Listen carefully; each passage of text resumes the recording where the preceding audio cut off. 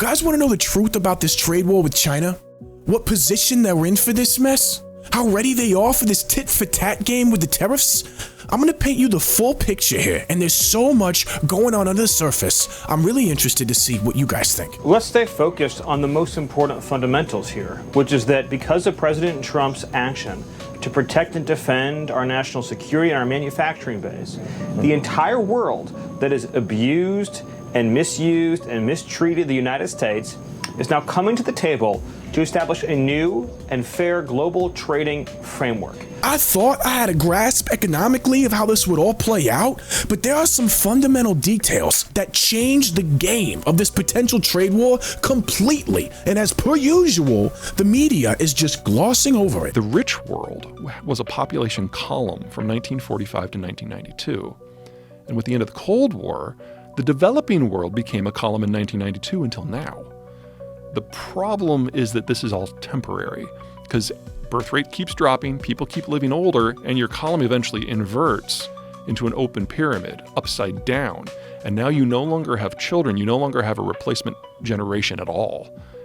And there aren't enough people in their 20s and 30s to buy everything. And there aren't enough people in their 40s and 50s to pay for the retirees. So this decade was always going to be the decade that most of the advanced world moves into mass retirement and the economic model collapses. And next decade was always going to be the decade that happened to the developing world.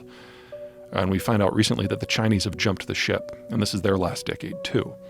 So all of the globalized connections and consumptions that create the world we know, we are at the end of it. And we have to go back to a world where trade is more focused on the countries that have a better demographic and security infrastructure because the Americans are no longer patrolling the global oceans anymore. So we're losing the security ramifications of an open system. At the same time, we're losing the demographic capacity to support it in the first place. And that's all going down right now. Doesn't that sound exactly like what Klaus Schwab and the World Economic Forum are talking about when they talk about the Great Reset? They had a plan. It was called Lockstep, 4 paths. Hit up Google, search scenarios for the future of technology, okay? Then scroll down to the Internet Archive option, right? Click on that, and then that'll take you right here to this PDF. Scenarios for the Future of Technology and International Development by the Rockefeller Foundation with Global Business Network as a partner. Go ahead and make your way over to page 18, and on the left-hand side, you'll see Scenario Initiatives, Operation Lockstep, a world of tighter, top-down government control and more authoritarian leadership with limited information and growing citizen pushback. See, they've been planning this for a minute. They knew this economic order was unsustainable, especially if they didn't maintain the population explosion that came from the industrial age. Now click this back button, make your way over to page 16. They've got 4 different plans that they were going to do with this. See, I think they had planned on resetting the global economic order from the buildup after COVID-19 and the pandemic. And they had so many countries in on it, but they needed the world's market. I mean, we are 1/3 of the world's market. We buy everybody's stuff. They needed us on board and they couldn't get us there. Okay, so no World Economic Forum, Klaus Schwab reset.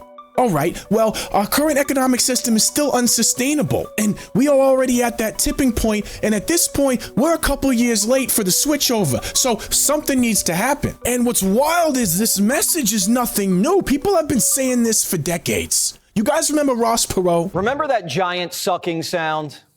We have got to stop sending jobs overseas. To those of you in the audience who are business people, pretty simple. If you're paying $12, $13, $14 an hour for factory workers, and you can move your factory south of the border, pay $1 an hour for labor, have no health care, that's the most expensive single element in making a car, have no environmental controls, no pollution controls, and no retirement, and you don't care about anything but making money, there will be a giant sucking sound going south. They called Ross Perot crazy, but after 30 years, they call him right.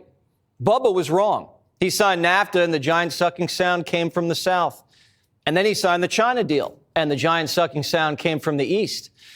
There were a lot of sucking sounds in the 90s. And you know what else?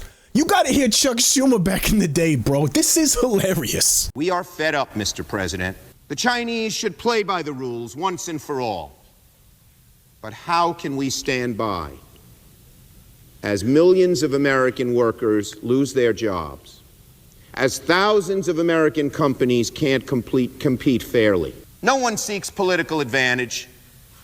What we seek, rather, is fairness. Fairness in trade. The party that represented workers, the Democrats, immediately recognized the giant sucking sound was bad for workers, but good for donors. Wall Street got rich off the giant sucking sound, and so did Pelosi, Hillary, Kerry, Gore, all of them. So they talked about it to win votes, but didn't do anything about it, and turned China into a monster, their monster. I worked at a factory, went to factory in 1989. We made radial passenger tires for cars. I worked there with my dad, 8 of my uncles, and 12 of my cousins. I was a union steward there. That plant now sits in China because you can import small radial passenger tires pretty cheap because of our failed trade policy in this Democrats' opinion. Detroit, Pittsburgh, Cleveland, St. Louis, Milwaukee, I could go on and on. They traded jobs and honor for cheap phones and TV screens. Trump's declaring an end to the giant sucking sound and decided to slay the monster. And as it turns out, it's not so much of a monster as it is a man behind the curtain. Well, we now know that they've lied about their population statistics, and they overcounted their population by over 100 million people, all of whom would have been born since the one-child policy was adopted. So this is one of those places where they've got more people in their 60s and their 50s and their 40s and their 30s and their 20s. Now, what was the logic behind the one child? Was it that they were overpopulating? Mao was concerned that as the country was modernizing, the birth rate wasn't dropping fast enough and that the young generation was literally going to eat the country alive. So they went through a breakneck urbanization program which destroyed the birth rate. At the same time, they penalized anyone who wanted to have kids. And both of those at the same time have generated the demographic collapse we're in now. Without young people, we've seen their labor costs increase by a factor of 14 since the year 2000. So Mexican labor is now 1/3 the cost of Chinese labor. China has 3 options. 1, concede defeat to whatever terms Trump demands. 2, devalue the yuan by 20 to 40%. 3, unleash the biggest fiscal stimulus in its history. We're talking $2 to $3 trillion, which will push its debt off the charts. The reason being that option 1 would reestablish the normal trade relationship that China and the US are used to, and everybody keeps buying the goods, right? Option 2 would allow Chinese manufacturing base to be so competitive globally because of how cheap the yuan is to other currencies that other countries would flock to China as a manufacturing base and to buy their goods regardless of what the US is doing. And then option 3 would help them stabilize the current domestic economic crisis they're in, which is where zero hedge is coming from when they say that. But if you guys notice, options 2 and 3 come with serious implications, which don't really make them very good choices. Devaluing their currency at a time when the real estate market is already in free fall collapse and people are losing their life savings, taking on $3 trillion in debt when they're about to have a banking crisis as large as their real estate crisis. Well, Maria, I think it's unfortunate that the Chinese actually don't want to come and negotiate because they are the worst offenders in the international trading system. They have the most imbalanced economy in the history of the modern world. And I can tell you that this escalation is a loser for them, that they have some very smart, the economists, the academicians, technocrats within their bureaucracy, and they would be telling the leadership that we do not have the edge here. They are the surplus country, that their exports to the U.S. are 5 times our exports to China. So they can raise their tariffs, but so what? And if you guys notice, less and less is being made in China already. So the world is already shifting away from China being that manufacturing base that we're traditionally used to. But see, the problem for us is shifting the manufacturing base away from China doesn't really do us any good if it goes to Mexico and Vietnam. We need a sustainable domestic economy, and that means having a robust manufacturing base so that when we buy goods, that money stays in our country and circulates. This is something people have talked about doing, they've dreamed about doing, they've thought about doing for half a century. And especially over the last 25 years, since the trading abuses have reached a chronic point for America's economic and national security. And now that long-awaited national dialogue and negotiation is actually happening. So countries that have run up these multi-trillion-dollar trade deficits over many years are coming to the table, meeting with the president's economic team, people like Scott Bessent and Howard Lutnick and Jameson Greer, to determine what they can do to lower their trade barriers, reduce their trade deficits, purchase more American manufactured goods, and end the systemic unfair treatment of America.